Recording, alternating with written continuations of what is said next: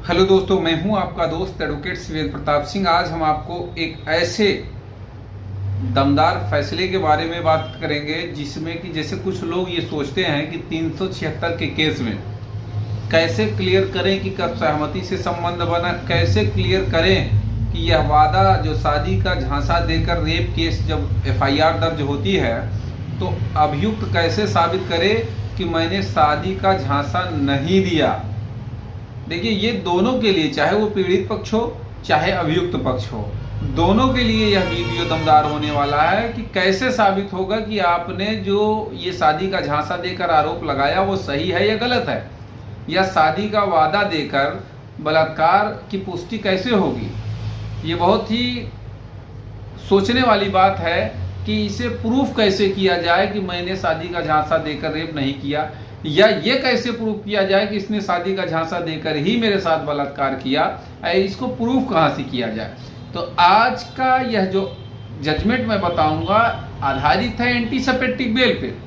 अक्सर लोग सोचते हैं कि 376 है तो उसमें एंटीसिपेटिक बेल मिलेगी कि नहीं मिलेगी, या फिर क्वेश्चन की ही जब बात आती है तो अगर इस तरह का मामला है, इस तरीके की बात है, या इस तरीके के पॉइंट आपके भी मामले में हैं, तो समझ जाइए कि क्वेश्चन भी हो जाएगी, समझ जाइए स्टे भी हो जाएगा, समझ जाइए एंटीसिपेटिक बेल भी हो जाएगी।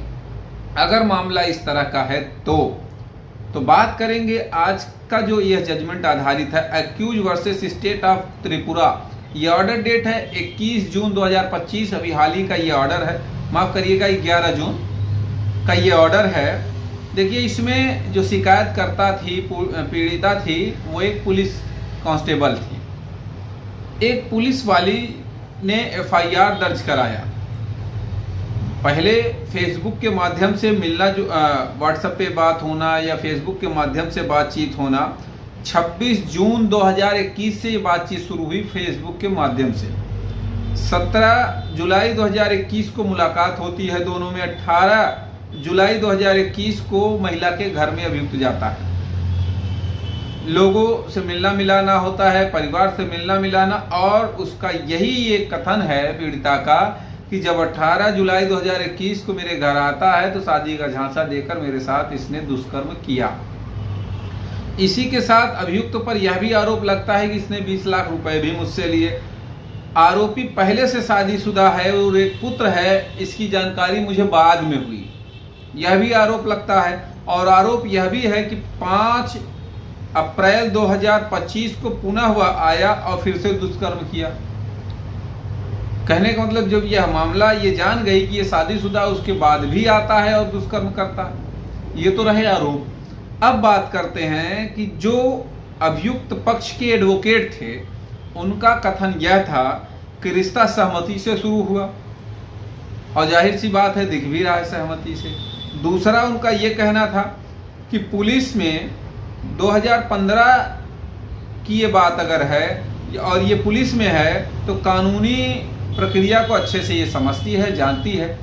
तो इसने डिले एफआईआर क्यों करी? 4 साल डिले एफआईआर क्यों हुई? और इसे मजबूरी भी नहीं कहा जा सकता, इसे आपसी समझौता कहा जा सकता है, या आपसी जो है तालमेल कहा जाता है, सहमति कही जाती है। इन बातों के साथ वकील साहब ने तर्क दिया।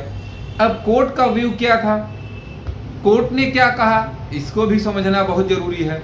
देखिए, माननीय कोर्ट ने यह समझा कि पहली बात तो डिले एफआईआर का कोई कारण नहीं है, मजबूरी में डिले नहीं होता है, कोई कारण देना होता है। ये नहीं कह सकता है कि जो है मजबूरी में डिले हो गया।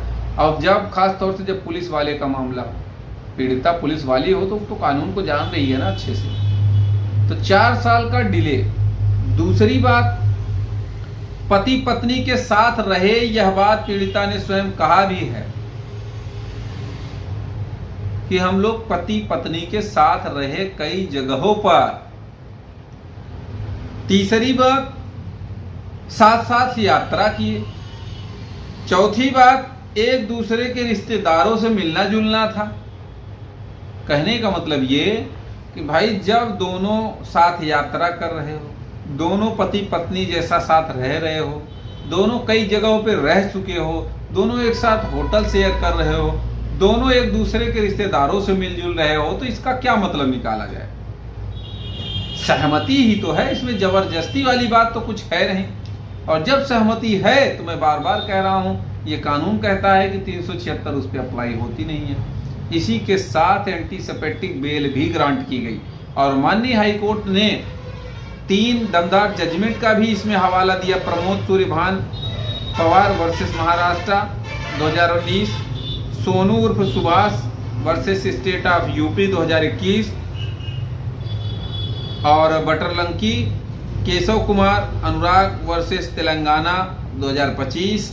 इन मामलों में भी इस बात पर जोर दिया गया था कि शादी का वादा तभी बलात्कार माना जाएगा जब शुरू से ही वह झूठा हो। जब आपको मालूम है कि उसकी शादी हो गई, बच्चे हैं, तो फिर आपको दोबारा से अप्रैल 2025 में मिलने की क्या जरूरत थी? कैसे यह बात स्वीकार कर ली जाए? इसी के साथ अभियुक्त को एंटीसिपेटिक बेल दे दी गई और दे भी देनी चाहिए। क्या रखा इस मामले में? अगर मामला ऐसा झूठा है, अक्सर लोग इसी मामले में फंस रहे हैं, परेशान हो रहे हैं, तो आपको भी इन्हीं ग्राउंड्स पे, अगर ये सब ग्राउंड्स हैं आपके पास, तो इन ग्राउंड्स पे आपको भी, चाहे वो स्टे हो, चाहे क्वेशिंग हो, चाहे एंटीसिपेटिक बेल हो, सब मिल जाएगी, कोई दिक्कत नहीं। उम्मीद करता हूँ, आशा करता हूँ आज का यह वीडियो आपको बेहद पसंद आया होगा। अगर वीडियो पसंद आया तो वीडियो को लाइक करें, शेयर करें। यूट्यूब चैनल SP 72 कानून प्रयागराज को जरूर सब्सक्राइब करें। कोई सवाल शेष रह गया है तो स्क्रीन पर चल रहे नंबर पर फ़ोन करके भी आप जानकारी ले सकते हैं या फिर कमेंट बॉक्स में कमेंट करके अपने सवालों के जवाब ले सकते हैं।